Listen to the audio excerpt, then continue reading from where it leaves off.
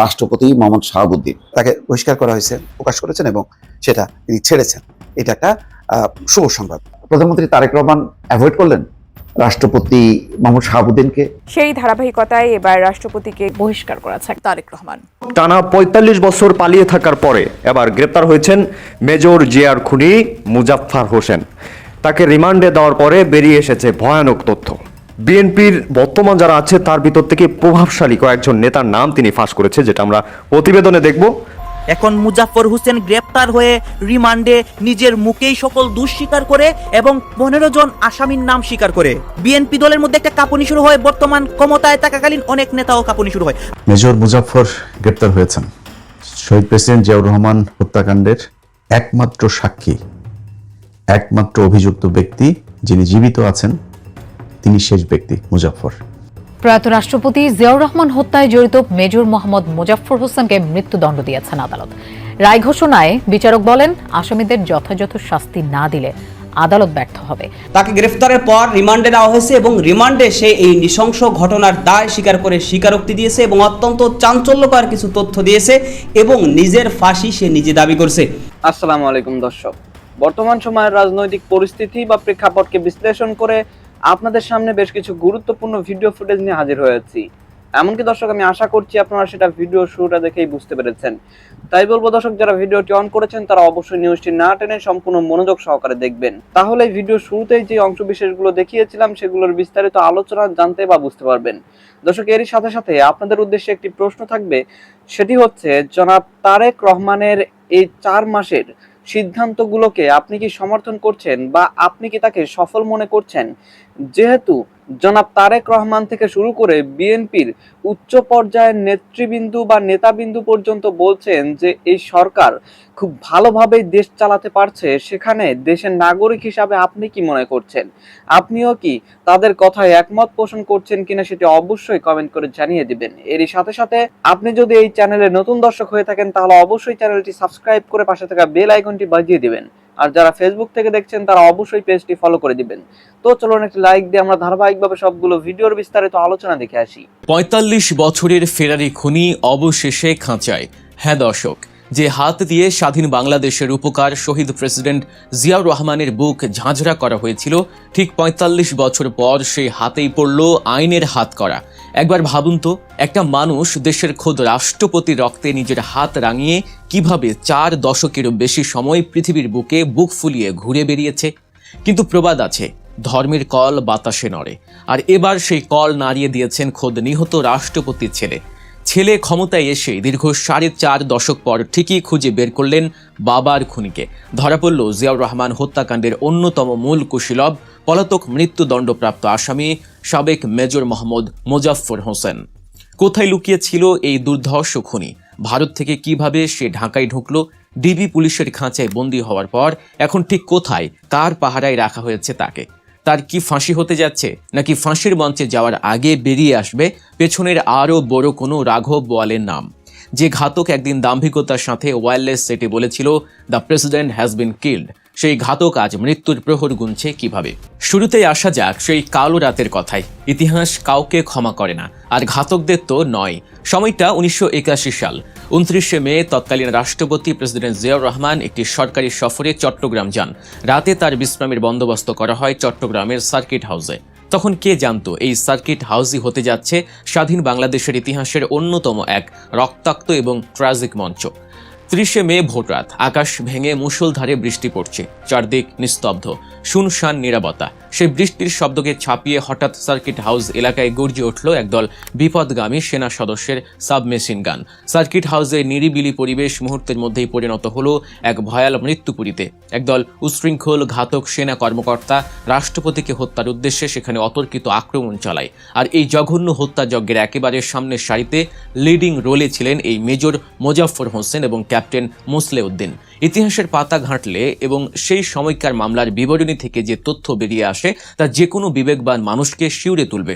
Circuit হাউসের সেই অন্ধকার রাতে ঘাতকদের বুটের শব্দ আর বৃষ্টির তোড়ে যখন জিয়াউর রহমান নিজের রুম থেকে বেরিয়ে আসেন, তখন এই মেজর মোজাফফরই প্রথম তাকে শনাক্ত করেন। শুধু শনাক্ত করেই তিনি ক্ষান্ত হননি, তার নির্দেশেই এবং তার হাত দিয়েই সরাসরি গুলি চালানো হয় প্রেসিডেন্ট জিয়ার বুকে। ঝাঁঝরা হয়ে যায় এক মহান রাষ্ট্রনায়কের বুক। ফ্লোরে লুটিয়ে পড়েন তিনি। ঘাতক মোজাফফর এখানেই থামেনি। জিয়াউর রহমানের নিথর দেহকে প্রত্যন্ত পার্বত্য অঞ্চলে নিয়ে গিয়ে অত্যন্ত গোপনে কবর দিয়ে আসে সে। প্রেসিডেন্টের মৃত্যু নিশ্চিত হওয়ার পর ঘাতক মোজাফফরের উল্লাস ছিল পৈশাচিক। সে ছুটে যায় ওয়্যারলেস সেটের কাছে। এরপর চট্টগ্রামের তৎকালীন জিওসি মেজর জেনারেল আবুল মঞ্জুরকে রেডিও মেসেজে অত্যন্ত দাম্ভিকতার সাথে ইংরেজিতে একটি বার্তা পাঠায়। সে বলে, the president has been killed, অর্থাৎ রাষ্ট্রপতিকে হত্যা করা হয়েছে। কিন্তু ঘাতকদের সেই পৈশাচিক উল্লাস বেশি দিন টেকেনি। হত্যাকাণ্ডের খবর ছড়িয়ে পড়ার পরপরই বাংলাদেশ সেনাবাহিনীতে তীব্র প্রতিক্রিয়া দেখা দেয়। সেনাবাহিনীর শক্ত অবস্থানের কারণে পরিস্থিতি দ্রুত নিয়ন্ত্রণের বাইরে চলে যায় বিদ্রোহীদের। পতন ঘটে জেনারেল মঞ্জুরের। পরিস্থিতি বেগতিক দেখে জেনারেল মঞ্জুর সহ বেশ কয়েকজন ঘাতক পালানোর চেষ্টা করলেও ধরা পড়ে যান। পরবর্তীতে এক রহস্যময় পরিস্থিতিতে মঞ্জুর নিহত হন। ক্যাপ্টেন মোসলেউদ্দিন সহ বাকিরা ধরা পড়েন এবং কোর্ট মার্শালের মাধ্যমে 1981 সালের সেপ্টেম্বরে 12 জন সেনা কর্মকর্তার ফাঁসি কার্যকর করা হয়। কিন্তু সেই ফাঁসির দড়ি থেকে অত্যন্ত সুকৌশলে ফসকে যায় দুজন, মেজর মোজাফফর হোসেন এবং মেজর SM খালেদ। তারা রাতের আধারে সীমান্ত পার হয়ে পালিয়ে যায়। শুরু হয় এক দীর্ঘ লুকোচুরি খেলা। একটা বছর নয়, দুটো বছর নয়, দীর্ঘ 45টি বছর। ভাবা যায়, রাষ্ট্রপতির খুনি হিসেবে মৃত্যুদণ্ডের রায় মাথায় নিয়ে মোজাফফর হোসেন ছদ্মবেশে দীর্ঘ সময় ভারতে আত্মগোপনে ছিল। নিজের নাম পাল্টে পরিচয় গোপন করে সীমান্ত পার হয়ে বিভিন্ন জায়গায় সে এক ফেরারি জীবন পার করছিল। সে হয়তো ভেবেছিল বাংলাদেশের মানুষ তাকে চিরতরে ভুলে গেছে। সে হয়তো ভেবেছিল জিয়াউর রহমানের খুনের বিচার আর কখনোই তাকে ছুঁতে পারবে না। 45 বছর পর কে আর তাকে খুঁজবে, এভেবে সে হয়তো নিশ্চিন্তেই ছিল।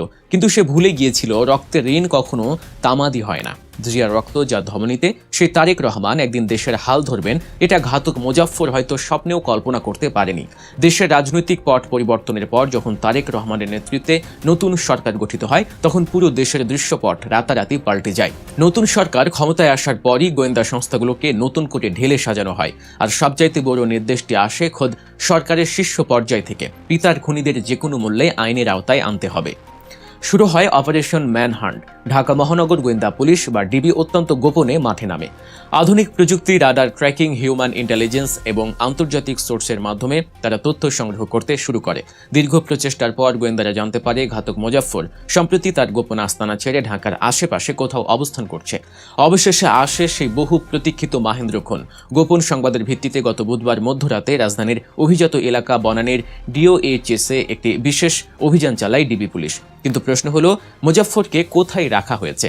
সাধারণ অপরাধীর মতো কি তার বিচার হবে? উত্তর হচ্ছে না।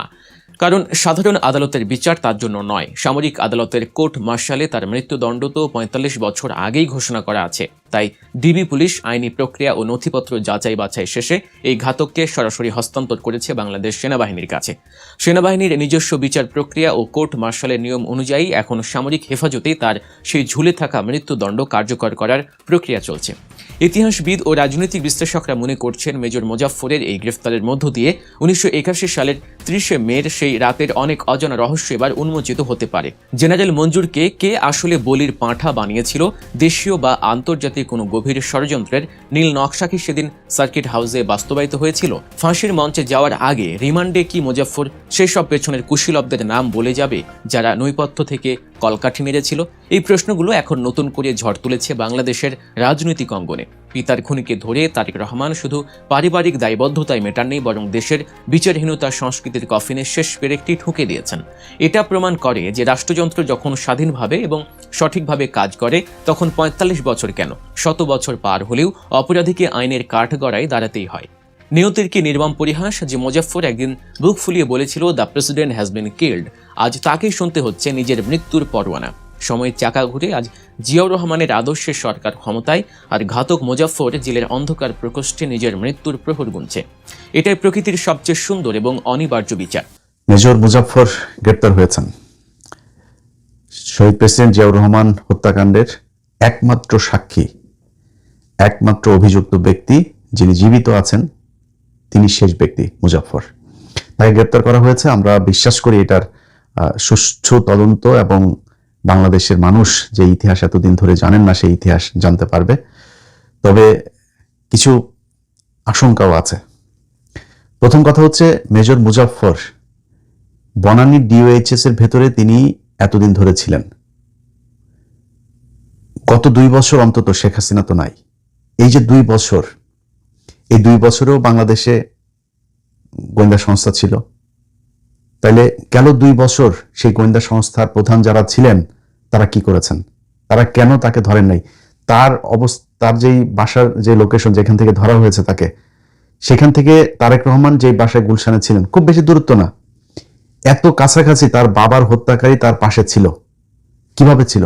এই প্রশ্নের উত্তর খুঁজে বের করা দরকার। আমরা এটার জন্য সেনাপ্রধান যিনি আছেন, যেহেতু বিষয়টা ডিওএইচএস এর ভেতরে, এটার জন্য সেনাপ্রধানকে জিজ্ঞাসাবাদ করা দরকার। সেনাপ্রধান আজকে দাড়ি রেখেছে কয়টা, এই জন্য বাংলাদেশের মানুষ সব ভুলে গিয়েছেন। এইভাবে ভুলে গেলে কপালে বিপদ আছে আবারও।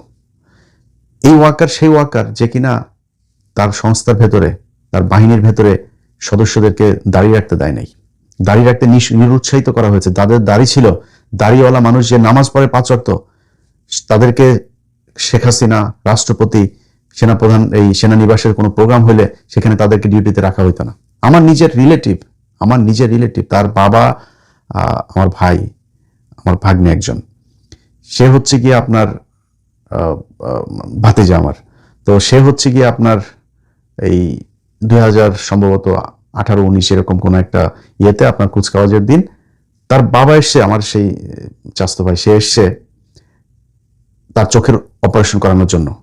সারাদিন কোয়ার্টারের ভেতরে তাদের ওই বাসায়, তার ওই ইয়েতে বাইরে দিয়ে তালা দিয়ে রাখা হয়েছে। তালা দিয়ে রেখে একজন সদস্যকে বাইরে রাখা হয়েছে, যদি তার কিছু প্রয়োজন হয় সে এনে দিবে, নিয়ে দিবে, কিন্তু তাদেরকে ঘর থেকে বেরিয়ে দেবে না। একমাত্র অপরাধ, আমার ওই ভাইয়ের মুখে দাঁড়িয়ে আছে, তিনি তাবলিক করেন, কপালে দাগ আছে, এই জন্য তাকে এইভাবে রাখা হয়েছে। এটাই ঘটেছে এই গেল 15 বছর পিলখানা, এই আপনার সেনানিবাসে। যাদের নাচ গান রাতের বেলা সেনাবাহিনীর এই কি বলে এটা ক্লাবগুলোতে আপনার মদ নারী নিয়ে তারপর করতো, তাদেরকে বিভিন্ন গুরুত্বপূর্ণ পদে রাখা হইতো। নামাজ রোজা করা, দাড়ি রাখা, এটাকে ভীষণ রকমের অপরাধ মনে করা হইতো। এটাই গেল 15 বছর এভাবে ঘটেছে। সো সেই ওয়াকারই তো এই ওয়াকার 24-এর পরেও আওয়ামী লীগের প্রতিটা মানুষকে পালিয়ে যেতে এই ওয়াকার সহায়তা করেছে। এই যে কয়দিন আগে শিরিন শারমিনকে দেখলেন নাটক হয়েছে, এই শিরিন শারমিন, এই ওয়াকার তাকে এতদিন ধরে শেল্টার দিয়ে সেনানিবাসে ছিল, তিনি খোঁজ নিয়ে দেখেন। সো সেই ওয়াকারকে জবাব দিতে হবে তিনি এইখানে এতদিন কিভাবে ছিলেন। আমার কাছে থাকা যে তথ্য, তিনি কলকাতায় আপনার 1981 সালে তিনি চলে যাওয়ার পর 96 পর্যন্ত তিনি ভারতে ছিলেন, এবং 96 পর্যন্ত ভারতে থাকাকালীন তিনি 2টা নাম ব্যবহার করেছেন, একটা বিপ্লব সরকার আর একটা হচ্ছে জয় ব্যানার্জি। এই 2 নামে তিনি বাংলাদেশে আসা যাওয়া করেছেন। এরপরে 96 সালে শেখ হাসিনা ক্ষমতায় আসার পর ভারত তাকে বাংলাদেশে দিয়ে দেয়, যাও তুমি, আর কোনো সমস্যা নেই। সে দিব্যি বাংলাদেশে থেকেছে, খেয়েছে, কোনো সমস্যা হয় নাই এখনো পর্যন্ত। 5 তারিখের পরের 2 বছরও তিনি বাংলাদেশে থাকলো। বাংলাদেশ এই মুহূর্তে সিআইডি প্রধান, ডিজিএফআই প্রধান, ডিবি প্রধান, সবাইকে ধন্যবাদ যে তারা তাকে শেষ পর্যন্ত ধরেছে। এখন তার বিচার, এই বিচারটা আমি মনে করি না এত সহজ হবে করাটা। কারণ হচ্ছে তিনি এই পিলখানা হত্যাকাণ্ডে আপনার ডক্টর ইউনূসের সময়ে একটা স্বাধীন তদন্ত কমিশন গঠন হইল, সেটা তদন্ত করলো, রিপোর্টটা প্রকাশ করতে দেওয়া হলো না, সেই রিপোর্ট অনুযায়ী কোনো কাজও করতে দেওয়া হয়নি। কারণ কি? কারণ হচ্ছে ভারত পিলখানা হত্যাকাণ্ডের সাথে জড়িত ছিল। আজকে মুজাফফর যে হত্যাকাণ্ডের কারণে তাকে গ্রেপ্তার করা হয়েছে, সেই জিয়াউর রহমান হত্যাকাণ্ডের সাথে ভারত সরাসরি জড়িত ছিল। এই কারণে তাকে এই বিচার করা এত সহজ হবে না। জেনারেল এরশাদ, তিনি জেনারেল মঞ্জুকে আপনার তার সময় খুব তড়িঘড়ি করে তারপর জেনারেল মঞ্জুকে হত্যা করা হলো। কারণ কি? জেনারেল মঞ্জু সবকিছু জানতেন, কিভাবে কি হয়েছে সেটার সাথেও ভারত জড়িত, তার হত্যার সাথেও ভারত জড়িত। অতএব এই ভারত জড়িত থাকার যে জায়গাগুলো, এই জায়গাগুলোকে ফাইন্ড আউট করতে গেলে নানান ধরনের সমস্যা আসবে। এখন আমরা শুনছি যে মুজাফফরকে সম্ভবত তাকে 24 ডিভিশনে পাঠানো হচ্ছে। কারণ 24 পদাতিক ডিভিশনে সে কর্মরত ছিল, এই জন্য তাকে সেখানে নিয়ে তারপরে কোর্ট মার্শাল করতে হবে, সেনা আইনে বিচার হইতে হবে। সেনা আইনে বিচার হইলে কি হবে? আপনি বিদ্রোহের জন্য বিচার করবেন, কিন্তু এটা শুধু একটা বিদ্রোহের ঘটনা না, এটার সাথে বাংলাদেশের অনেক ইতিহাস জড়িত। তাকে রেখে আমি মনে করি যে আপনার একটা স্বাধীন একটা কমিটি তৈরি করা দরকার, যেটা একদম সার্বজনীন একটা কমিটি হবে। এটা করে তারপরে তাকে দিয়ে ইতিহাসের কোন কোন জায়গায় কোন কোন ঘটনার সাথে সে জড়িত, ভারত কিভাবে কেন তাদেরকে দিয়ে জিয়াউর রহমানকে হত্যা করিয়েছিল, এরপরে কি ঘটেছিল, মঞ্জুকে কিভাবে হত্যা করা হলো, কেন হত্যা করা হলো, এরশাদের সাথে এতদিন ভারতের কি কি ডিল ছিল, এরশাদকে দিয়ে কি কি করানো হয়েছে, এই পুরো ইতিহাস তাকে দিয়ে খুঁজে বের করা সম্ভব। যে কারণে এই ঘটনাটা শুধুমাত্র জিয়াউর রহমান হত্যাকাণ্ড কিংবা ওই সেনা বিদ্রোহ হয়েছিল ওই দিন 30শে মে, শুধু এটার মধ্যে সীমাবদ্ধ থাকলে হবে না। এটার জন্য আমি মনে করি তারেক রহমানকে আরো বেশি কি বলবো যে দায়িত্বশীল এবং সতর্কভাবে পদক্ষেপ নিতে হবে। আজকে সকালে দেখলাম যে তারেক রহমান আমার দেশ পত্রিকা একটা নিউজ করেছে, সেখানে তারা পররাষ্ট্র মন্ত্রণালয়ের একজন ঊর্ধ্বতন কর্মকর্তার উদ্ধৃতি দিয়ে বলেছেন যে তারেক রহমান ভারত সফরে যাচ্ছে না। আমার জন্য আজকের দিনের সবচাইতে সুন্দর, সবচেয়ে মানে খুশির খবর হচ্ছে এটা। তারেক রহমান যদি ভারতে না যায়, এটা বাংলাদেশের জন্য, তারেক রহমান না মানে বাংলাদেশের জন্য যেই যেই জায়গায় ভারতকে প্রয়োজন আছে তার অল্টারনেটিভ রাস্তা খুঁজে বের করা দরকার এবং ভারতের সাথে সর্বোচ্চ সংকীর্ণতা দেখানো দরকার। তারেক রহমান যাবে না, এটাও আমার কাছে খুবই মানে সুখবর, এই দেশের জন্য একটা ভালো খবর। তো তারেক রহমান ভারতের সাথে করছে, মুজাফফরকে ধরেছে, 111-এর কুশীলব অনেককে ধরেছে। তার কাছে অনুরোধ থাকবে বিডিআর এর পিলখানার হত্যাকাণ্ডকে কেন্দ্র করে যারা জড়িত ছিল তাদেরকে গ্রেপ্তার করা এবং যে নিরীহ বিডিআর সদস্যরা এখনো পর্যন্ত জেলখানায় আছে প্রায় 450 মানুষ, তাদেরকে বের করে দেয়া। দর্শক, আমি আশা করছি আপনারা সকলেই অত্যন্ত মনোযোগ সহকারে সবগুলো ভিডিও দেখেছেন। এমনকি দর্শক, যদি এই ভিডিওগুলো সম্পর্কে আপনাদের কোনো মতামত থেকে থাকে তাহলে তো অবশ্যই জানাবেন। দর্শক, নিউজটি শেষ করছি এখানেই, ফিরছি পরবর্তী নিউজে নতুন কোনো টপিকে। আল্লাহ হাফেজ।